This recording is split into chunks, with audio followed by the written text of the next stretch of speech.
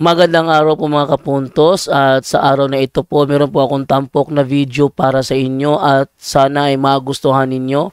Kaya sa mga bago pa po sa aming channel, please po don't forget to hit the subscribe button at ang notification bell para maging notified kayo sa bawat video na ilalabas ko sa channel na ito. At bilang kahilingan po ng punto por punto team at naway maintindihan po ninyo, sana po wag nyo pong i-skip yung mga ads sa aming mga video.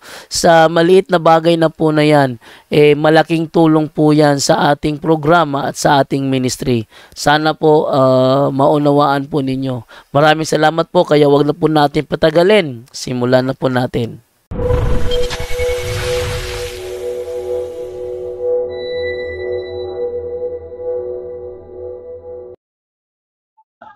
May gusto tong linawin. Brother Ares, meron kang gusto itanong o wala? Pag wala, mag-end na tayo. Pag meron, itanong mo na.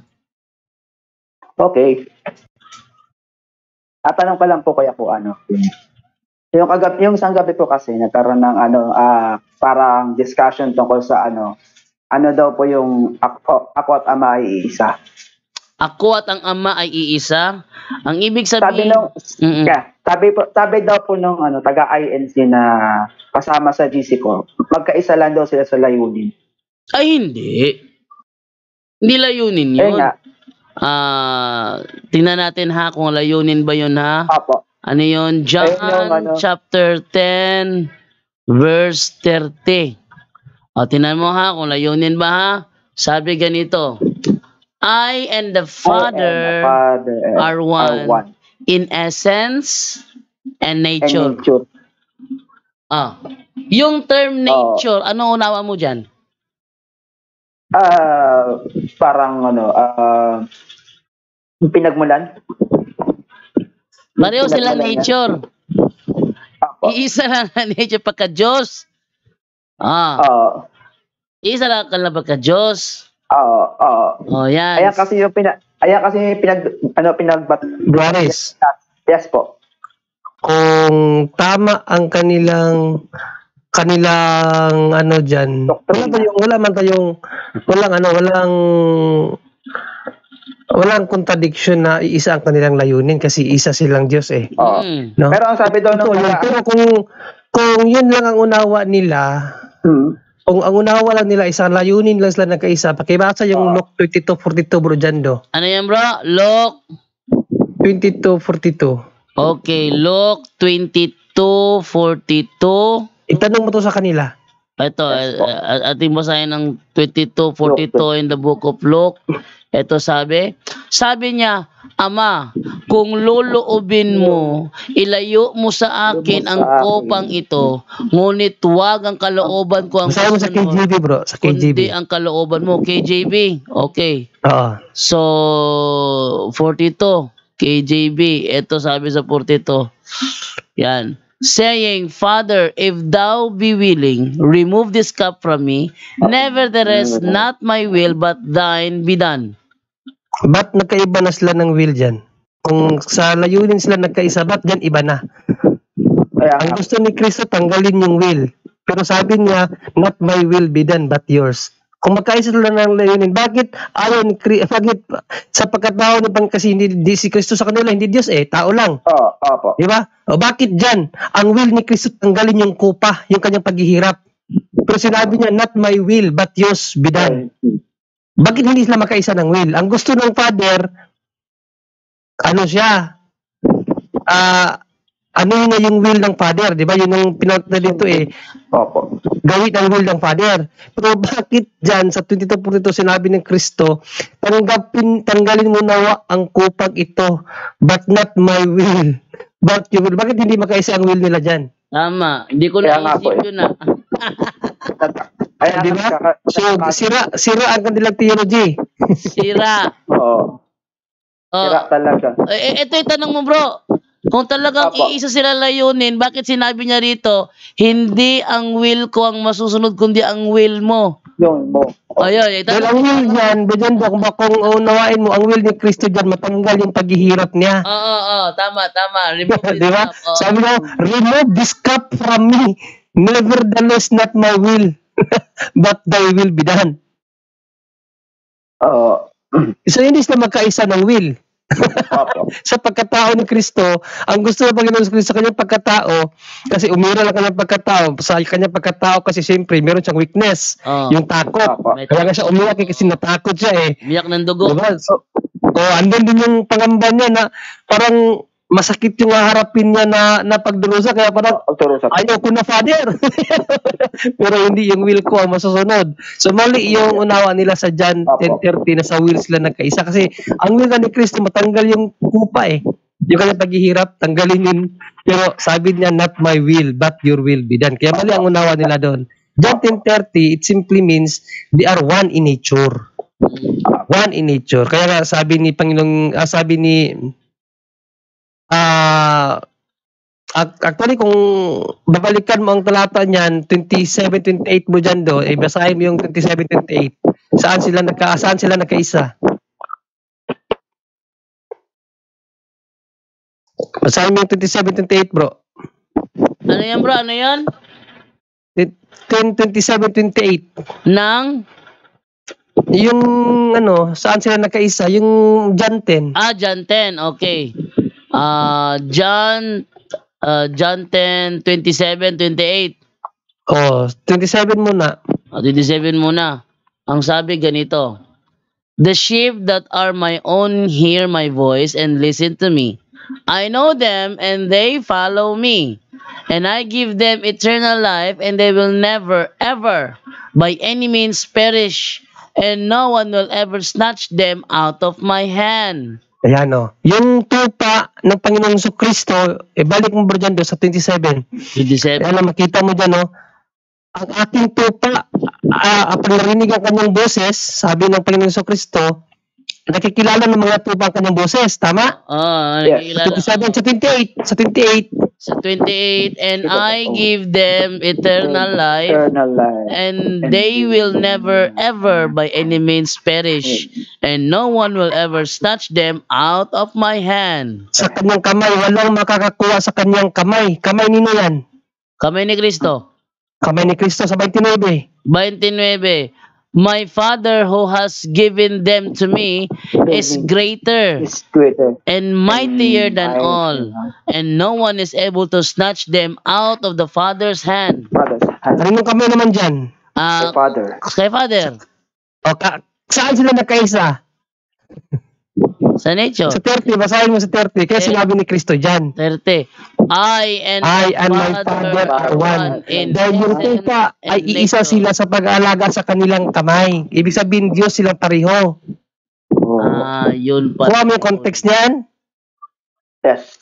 Yan ang konteksto niyan. Hindi yan sa layunin lang. Hindi sa anong layunin. Balikan mo 27, 29. Si Panginoong Kristo, inako niya yung kanyang tupa na kapag yung tupa niya, kilala kanyang boses, hindi maagaw sa kanyang kamay. Sa 29 naman, sa kamay ng kanyang ama, hindi sila maagaw. So pareha sila. Ng kanyang Father, may kapangyarihan. Mayroon silang hinahawakan tupa sa kanilang both hands. Na sinabi niya sa 30, I and my Father are one kasi parehas lang tagapangalaga ng tupa. Opo. So ibig sabihin Diyos silang parehas. Kasi sa Salmo, ang may alaga ng tupa ang Diyos lang. Yan ang konteksto niyan. Opo. Yung ipipilit nila yung sa layunin nagkaisa, basahin mo yung 22:42 ng Lucas, bakit hindi sila magkaisa ng will? Di ko naisip yun, maganda yun ha. Sira yung argumento nila dyan kasi may humarap sa akin dati na INC, yan ang ginamit niya kasi ginamit ko yung John 10:30 Ginamit ko, sabi niya, hindi bro, lang sila dyan, nagkaisa lang sila dyan sa will. O nung binasahan ko siya, kung magkaisa sa will, bakit ito sinabi ni Kristo? Alisin mo na ang kupang ito, pero hindi yung kalooban kong masunod, kundi ang kalooban mo. Bakit hindi sila nagkaisa? Hindi siya nagkasagot ha? Tamimik. Hindi nagkasagot. Tamimik na yun. Ayan nga po yung binalas, yung ginamit na salita sa amin ng taga-INC nung last night. Huwag ka maniwala doon. At congrats at nag-aaral ka na ngayon ha. Very good. Okay, lahat ng mga itanong mo sa amin yan para maging matibay ka. Andito lang kami sa likod mo. Don't worry.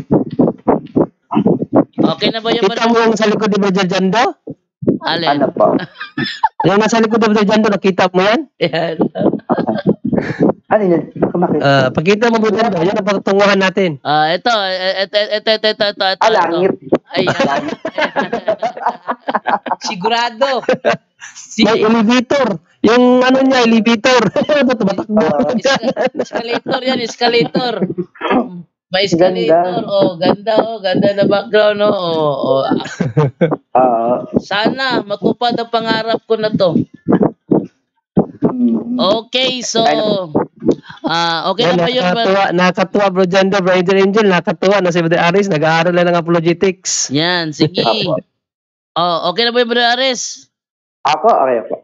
Okay, thank you sa iyo, Brother Aris. Salamat po. Maraming salamat.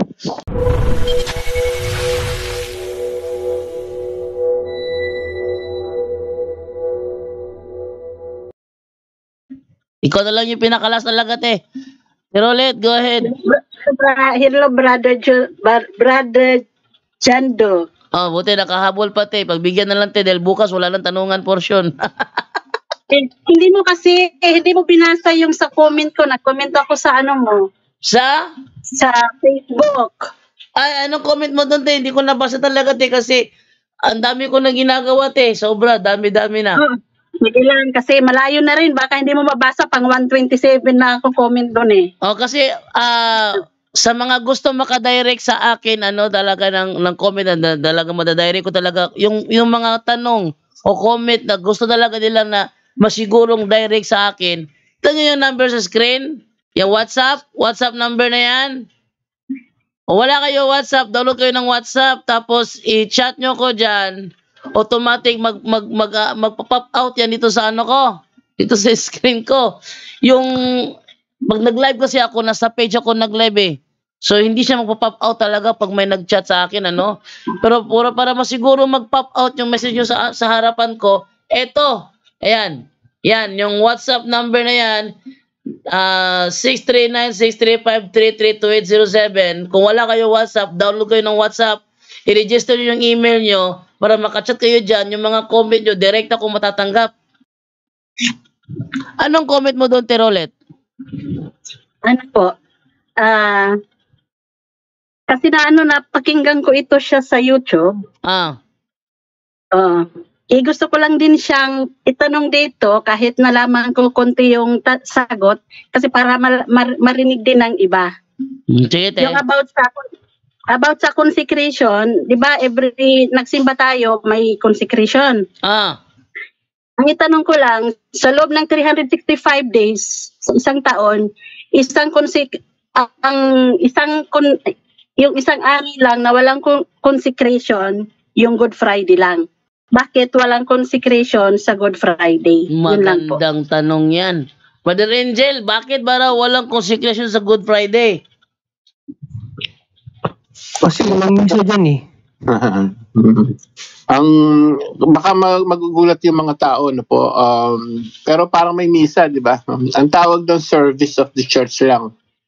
Mass, pwede rin sasabihin mass, pero mass of pre-sanctified. What is the word pre-sanctified? Yung banal na Eucharistia na ibibigay dyan pag Friday po, it's not a mass, pero it's a service, of the church during Good Friday. At yung pre-sanctified na yun, bakit pre-sanctified? Yung pong banal na oseng ibibigay dyan, yung pong na-consecrate noong Thursday. Saka walang consecration. Ngayon ang tanong, bakit walang misa dyan? Kasi yun ang mismo, ang tandaan natin ng banal na misa, yun po ay commemorations of passions and death of Christ. Kaya nga, si Kristo'y namatay, si Kristo'y nabuhay, si Kristo'y babalik sa wakas ng panahon. So, yun po ay pagpapaalala. Ang banal na misa ay pagpapaalala din at the same time. Yung Thanksgiving, Eucharist. Ang binisan ko kasi pinakagawain sa binisan to, sister, pagbabasa sa 7 last words, pagninilay. Hindi, ang isa sa dahilan po yan, kasi ang talagang banal na misa is yun nga, na commemoration. Ngayon, sabi na simbahan, ni-research ko na rin yan, bakit walang misa? Kasi yun na mismo ang celebration natin.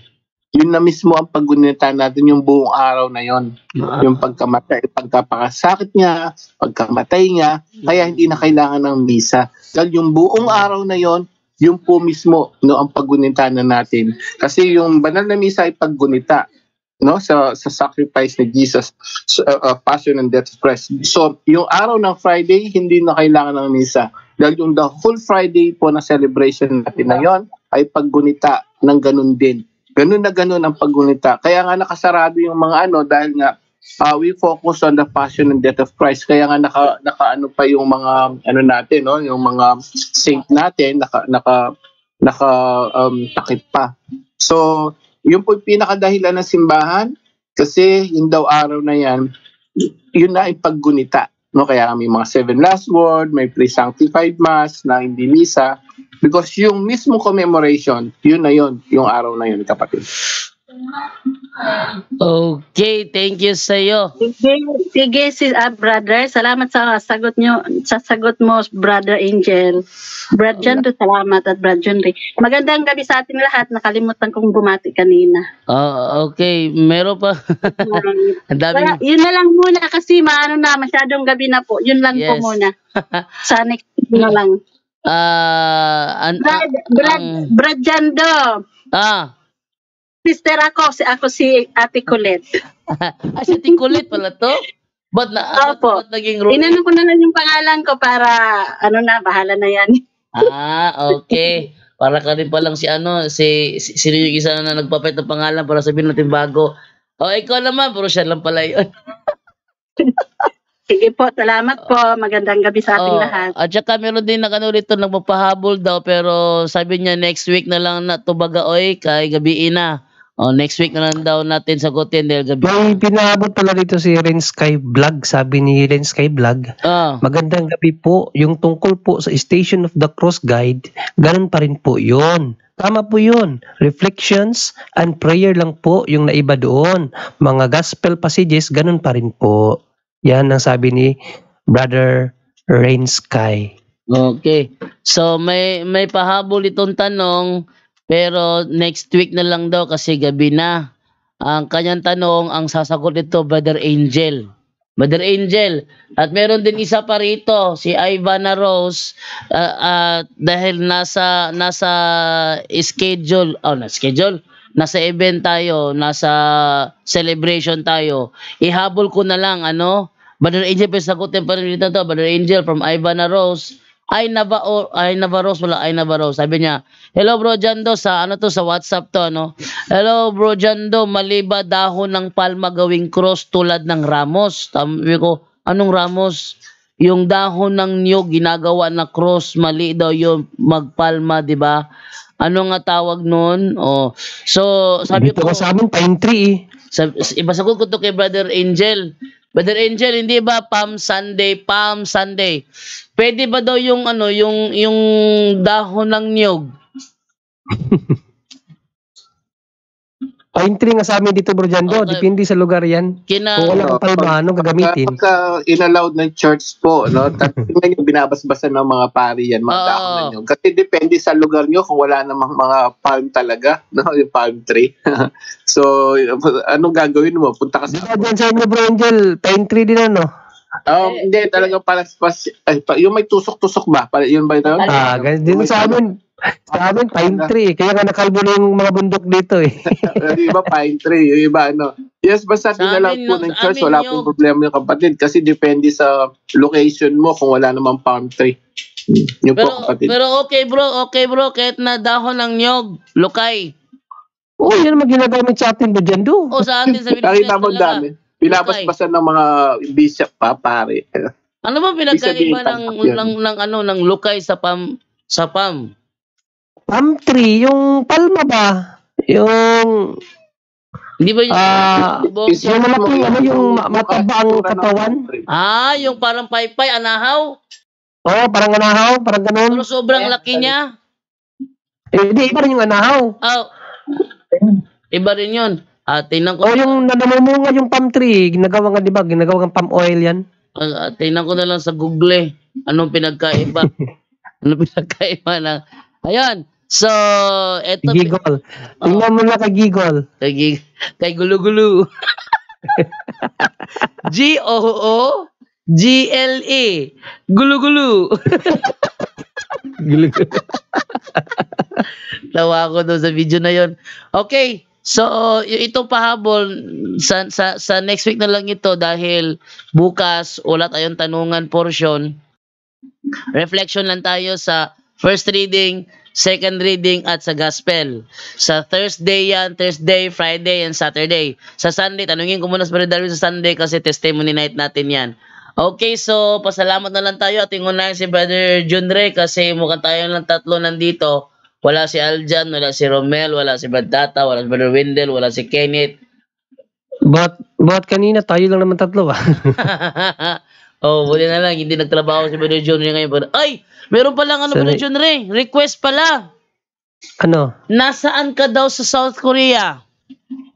Secret. Kasi may rito bro na secret. Yung Bible study daw, mas maganda daw kapag harapan kaysa sa online. Kung sakaling... baka dala nila ko ng 3 pastor bro dando.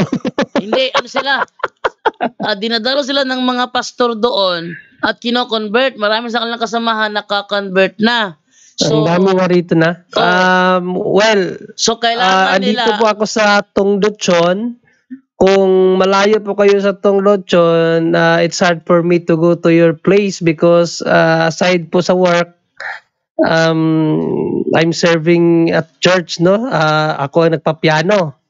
So, mahihirapan ako magbiyahe kasi wala talaga akong oras. Wala akong oras sa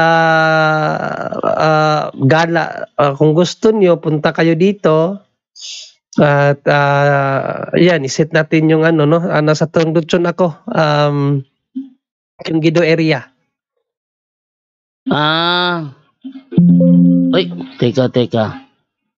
Ako nga rin bro, may nag-invite sa akin sa messenger. Sa Tokyo, kung saan ako gustong dalhin din. Layo, mahirap. Kasi ako, trabaho ko kasi, tingnan nyo gigising ako, bukas ng umaga, pag pang-umaga ako, gigising ako ng alas 5 ng umaga kasi ang pasok ko alas 6. Alas 6. So, uuwi ako ng alas 5, matatapos ako ng alas 5 ng hapon, darating ako sa bahay alas 6 din ng gabi. So, prepare pa, kain, then, siyempre, mag-prepare ako dito. Ngayon, si Bro Angel, hindi niya ako pinagpa-practice kasi nag-request siya na ako mag-play ng video pero habang nagsasagot kayo kaganina, nakapractice na ako at nakuha ko na yung yung sa Pascal, yung kakantahin na ano ba tawag doon? Pascal Mystery. O so na-practice ko na, so okay na ako doon. So ganito yung routine ko kada gabi. Pag umaga ako, punto por punto, then after ng punto por punto, pag hindi pa pinantok, rosary. And then, gising na naman ng alas 5. So, kaunti lang yung tulog ko. Pag panggabi naman ako, pasok ko naman alas 5 ng hapon, uwi ako ng alas 6 ng umaga, siyempre, matutulog na ako. Then, sometimes, magigising ako ng alas 2, minsan alas 3, alauna, pag hindi masyadong pagod, pero pag pagod talaga, alas 3. So, wala talaga akong oras. Ang pinaka-oras ko talaga, linggo lang. Kaso nga lang, pag linggo naman, busy naman ako sa simbahan. Sa simbahan ako. Ang uwi ko naman yan, alas 6 na ng gabi. So, mahirap talaga yung, kung gusto nyo ng Bible study talaga, pwede naman mag-ano na lang, online. Internet na lang talaga. Ito naman ang pinaka-accessible tulad ng ginagawa natin ngayon. Hindi na tayo mahirapan magbiyahe kasi kakain ng oras kasi ang biyahe yun. So, yan na lang, online na lang, Yun na nga, nandyan na nga yung punto per punto. Bakit kailangan may presence? Dito, kompleto pa. Minsan, may spiritual warfare pa dito. O kaya, i-share mo ito sa mga gustong inviting kami. And dito, punto per punto, i-share nyo po yung live stream niya o yung mga replay. I-share nyo na lang kung gusto yung matuto yung mga kasamahan nyo. Ibigay nyo na lang yung YouTube channel natin. Actually, dito talaga, lalo na dito sa lugar ko, yung kasama ko nga sa choir, hindi namin alam. Ang tagal na niya palang nagsimba sa ibang sekta. Pero choir pa rin siya, di nagbibigay na pala siya ng 10%. So nung kinupunta ko, inaralan ko, Yung mga 10% na pinabasa ko sa kanya yung Bible, ngayon, yun yung nangumpisal na tinuruan ko. Ngayon, bumalik na sa Katoliko, ayaw na niya hindi na niya sumasama doon sa na yung mga ribulto niya, pinagtatapunan niya. Sabi ko, sacrilege yan. Ngayon, nagpabindisyon na siya ng Benedictine medal. Na kahit pa paano, naliwanagan. At saka, bukas pala ng gabi, gagawa ako ng demo video kung paano yung sinasabi ko dati na plano ko sana sa mga lugar na gustong magpaganon sa punto por punto na sila ay mapagbigyan, sila ay makapagtanong lahat, no? Magde-demo video ako bukas, record ako ng video, so pansamantala labas muna ako para magde-demo video ako. Pero papasok ako sa Zoom, nakapasok ako sa Zoom dito. Tapos doon sa demo video ko talagang papasukin ko yung Zoom para maipakita ko talaga na ganito ang pag-process ng sinasabi ko na 1 kwarto na Bible study. Ganon. And then may nag-send sa akin ng picture pala, si Ate Maria. Ito daw yung yung itsura daw ng palm tree. Ito ha. Ayan. Ayan. Ito. Yan pala. Ang ganda ng palm tree. Yun. Hindi, yung palm tree. Ayan. Hindi yung palm tree. Yan daw yung palm na dahon. Hindi yan. Palm tree parang lukay din yun. Yun na nga. Palm tree yan. Yan ang gamit namin dito, pine tree. Lukay po yan, lukay. Lukay pala yan. Oo nga. Maliit lang. Oo. Kala ko pine tree. Yung camera nyo, gaya ng camera ni Ate Edna, Yan ang ginagamit namin dito, yung may tusok-tusok, matalim yan. Yan ang ginagamit namin dito. Pero yung palm tree, research mo ngayon, bro, dyan, may makikita ka. I-research mo, may makikita kang picture, exact palm tree. Palm tree. Okay. Hindi palm tree, dahon. Kasi pag sinabi mong palm tree, puno yun. Dapat hindi mo makikita yung dahon. Palm leaves. Pero makikita mo yan sa tree mismo, yung leaves niya. Yung palm tree talaga ang ating silipin, palm tree. Ayan, parang buko.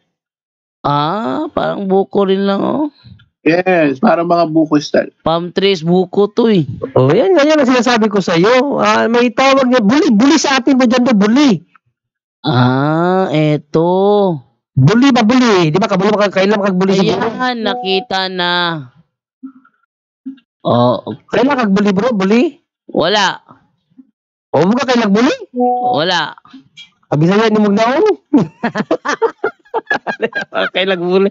Kabisaya ni Mugnaon kailag buli. Muna buli mana sa ato. Yun ba? Okay. So, dagan sa Valencia bro, buli.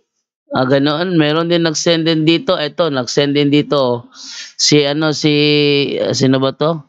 Ito, nag-send siya. Ito, Palmera. Sabi niya Palmera. Sino pa nag-send dito? Paano ko ba sagutin ng...